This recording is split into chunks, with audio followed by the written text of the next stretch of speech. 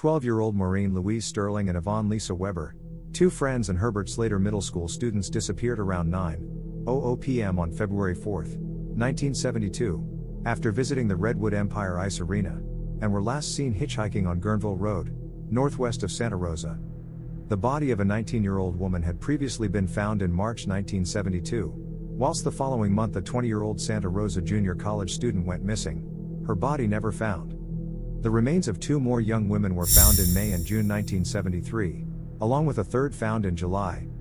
On February 6, 1973, 14-year-old Carolyn Nadine Davis ran away from her home outside Anderson in Shasta County.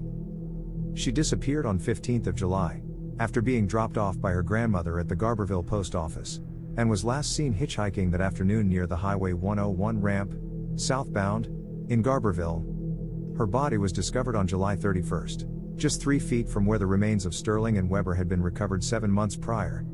The cause of death was deemed to be strychnine poisoning that occurred roughly 10 to 14 days before the discovery of her body, although it could not be determined if she had been raped. Investigators surmised that her body had been thrown from the road as the hillside brush appeared undisturbed. Over the next year, another 5 young women would either go missing, or be found horribly murdered. These crimes are collectively known as the Sonoma Co-ed murders, or more popularly as the Santa Rosa hitchhiker murders, and have so far remained unsolved.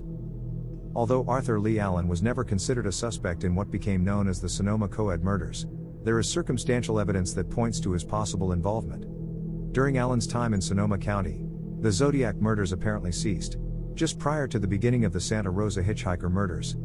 He was known to have an obsession with young girls, for which he had lost his position with several previous jobs, and some of the victims' bodies had been thrown from the nearby embankment to where they were later found. Allen's hulking physical presence would allow him to accomplish this with little effort. Jim Silver, a retired special agent with the California Department of Justice, has said that if you mapped where the co-ed victims were last seen and where they were later found, Allen's trailer would be located directly at the center. Despite this, there is little evidence to connect Allen with these murders. But all Arthur Lee Allen would be arrested for other crimes. On September 27, 1974, he was taken into custody at his Sonoma trailer when officers arrived under Deputy Haas, of the Sonoma County Sheriff's Department. They had been notified of an incident that had occurred on September 23, when a complaint was lodged against Allen. Previously, between July 11 and July 25, Allen had enticed 2 boys to his trailer bedroom. Afterwards, he had paid them both by pressing 2 quarters into their hands. He was charged with child molestation and exciting the lust of a minor under 14 years old. Allen told the deputy, "I know you don't like it, but I'm just a nasty man." During his time in jail, Allen thought about pleading guilty, and the next day he was released on $5,000 bail for each count of felony child molesting. When he went back to Vallejo, he told friends he had been arrested because he was the Zodiac. A Santa Rosa sergeant elaborated in 1974, Lee Allen molested a 9-year-old boy from the Fremont Elementary School in his trailer. He continued, another 8-year-old was there too. Lee had lured them inside to see some chipmunks and committed lewd acts involving oral copulation upon the 2 children. The file says he worked part-time at Yeager and Kirk's lumber yard. And we have his traffic ticket here. He has a file. On the file is a notation that I've never seen before. RS6, a C and amp. A high priority code, and this notation is marked yes. The daughter of a woman Allen had known for many years related more about the incident. As I understand his incarceration at Atascadero, it was for molesting the son of a female friend of his. The boy was maybe anywhere from 8 to 13 years old. The version he told my mother was the woman was just jealous of his relationship with her son. I believe he was dating the woman. He said that was why she had turned him in, jealousy. This would prove to be untrue, for the relationship was purely platonic, as was all of Allen's relationships with women. On January 23, 1975, Allen was arrested. Officers were allowed into the house by his mother, and they found Allen in the basement shrieking. Live chipmunks crawling all over him. Squirrel shit was dripping from his shoulders, one policeman said. He was sentenced to Atascadero State Hospital for the criminally insane on March 13, 1975. 2 years later, he was transferred to the Sonoma County Jail, and by August 1977, he was released. During his time there, no Zodiac crimes were committed. During the 1980s, Allen began to suffer from a range of health issues, including him wrestling with weight, high blood pressure, flagging vision and alcohol problems, as well as diabetes and kidney deterioration. He still remained the favorite suspect of many law enforcement detectives. Others, however, had their own theories on the Zodiac's identity. On January 10, 1989, Alan's mother Bernice died at the age of 83. On December 14, 1990, career criminal Ralph Spinelli said he wanted to speak to investigators. Overstreet contacted Detective Bauer, and after speaking with Spinelli he said, he won't divulge what information he has regarding Zodiac unless some kind of deal is made regarding the present charges against him. Refusing to name the Zodiac unless his demands were met and all charges against him were dropped, Conway and Bauer told him no. They asked him how he knew the Zodiac's identity. He threatened me several days before the killing of Paul Stein, the San Francisco cab driver. He wanted to show me how tough he was. He told me he was going to San Francisco and kill a cabbie for me, Spinelli said. The next day or so a cab driver was killed in San Francisco and the Zodiac took credit for it. Eventually Spinelli agreed to provide Zodiac's name to his lawyer Craig Kennedy, who said that no further information would be forthcoming unless a deal was made. The investigators again refused. By January 31, 1991, Spinelli's lawyer agreed to provide the name of the Zodiac to police. He said it's Leigh Allen, Arthur Leigh Allen. Bauer immediately contacted Armstrong, who confirmed that Allen had been a suspect in the Zodiac murders during the 1970s, and that his name had never been revealed to the press. The only people who knew his name were those involved with the investigation, or those Allen had bragged to, such as medical personnel at Atascadero or his co-workers at an auto parts shop in Sonoma. When detectives did some research, they discovered that Allen and Spinelli were acquaintances a long time ago. Allen had apparently approached Spinelli and said he wanted to be an enforcer for him.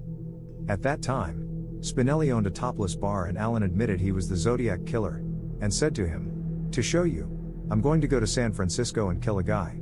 This was shortly before the Stein killing, and he supposedly came back and said, "I'm responsible for the Stein killing." Because of his criminal past, investigators were unsure if they could trust his admission about Allen, and there was every possibility he had invented the story to gain his freedom. Eventually, Ralph Spinelli would refuse to cooperate with police and was reportedly incarcerated some 290 miles north of San Francisco on the Oregon border.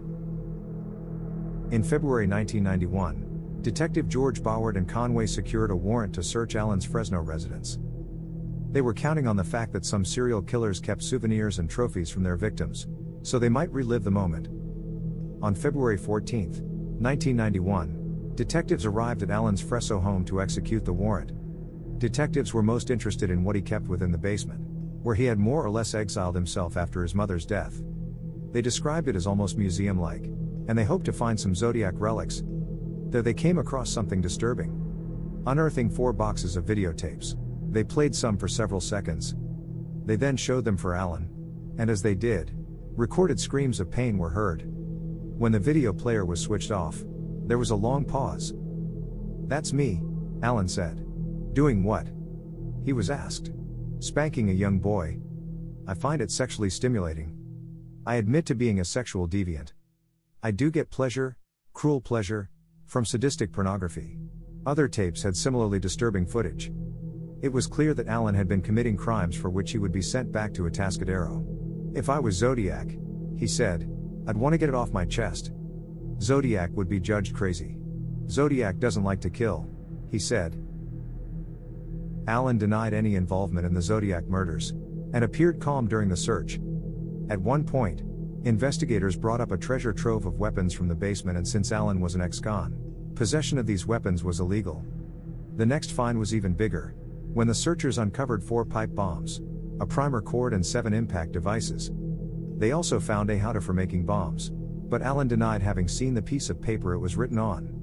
They had hoped to locate any diaries, journals or photographs Allen might have kept that linked him to the crimes, but nothing incriminating was found. He was wearing another Zodiac Sea Wolf watch, which was taken by the detectives as part of the search. Among his possessions was found a letter from the Justice Department signed by John Silver which stated Allen was not the Zodiac. Police learned that this was a forgery, made by Allen himself while working at the print shop at Atascadero. On the second day of the search, officers dug up the back garden and searched through the garage. There were also no hidden areas of the home where Allen could have kept his trophies. Ultimately, no evidence was found linking Arthur Leigh Allen to the Zodiac murders. Searches were also made of his boat and trailer, but again nothing incriminating was found. The Valentine's Day search was not entirely without success, as the detectives learned more about their main suspect, including his potential insanity defense strategy if he were ever to stand before a courtroom facing charges. On May 21, 1991, Allen gave his first interview to the Times-Herald, in which he complained about the latest search of his property. He also made mention of Ralph Spinelli as the informant who told police about him, leading detectives to understand that Allen himself had kept a close watch on Spinelli. The next day, the Vallejo Times-Herald ran a story about the Zodiac suspect and the search of his property. But police were quoted as saying that an arrest in the case was not imminent. Later that same month, it became known that Allen had visited a psychologist in Vallejo. This man said he was afraid of Allen, who he thought might want to kill him. Apparently several tapes were in the possession of people in Los Angeles who wanted to sell them. These same people attempted to sell the tapes to Unsolved Mysteries, who refused. It is unknown what became of the tapes from Allen therapy sessions. In July 1991, Allen participated in a television interview for the 10 o'clock news, in which he denied being the Zodiac Killer. By that time, the 58-year-old was diabetic and had recently undergone kidney dialysis. He also featured on Pix, Channel 5, in which he stated, "I'm not the Zodiac, I've never killed anyone." In July 1992, survivor Mike Mayhew picked Allen out of a police lineup as the man he believed attacked him, saying, "That's him. That's the man who shot me."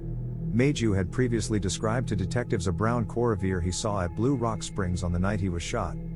Allen's friend Philip owned such a car, and Allen was allowed to use it. Meanwhile, surviving victim Brian Hartnell also identified Allen's voice and physical appearance as being similar to that of the Zodiac Killer. On August 26, 1992, George Bauert was contacted by a cop who asked him if he was still investigating Allen. "Yeah," Bauert said. "Well, I'm in his house and he's laying on the floor." Bauert questioned, "What's he doing on the floor?" To which the cop said, "Well, he's dead and he's lying there with a great big bump on his forehead." Allen's body had been found by a female boarder living above him, and it was determined he had died from arteriosclerotic heart failure. 2 days after his death, Vallejo police served another warrant at his property and seized items. During the search after his death, detectives looked around Allen's new computer, and noticed there were numerous floppy disks labeled Zodiac. Bauert noticed a videotape on a bookshelf that was marked with the letter Z. Thinking it might contain something incriminating, they secured a warrant to view it.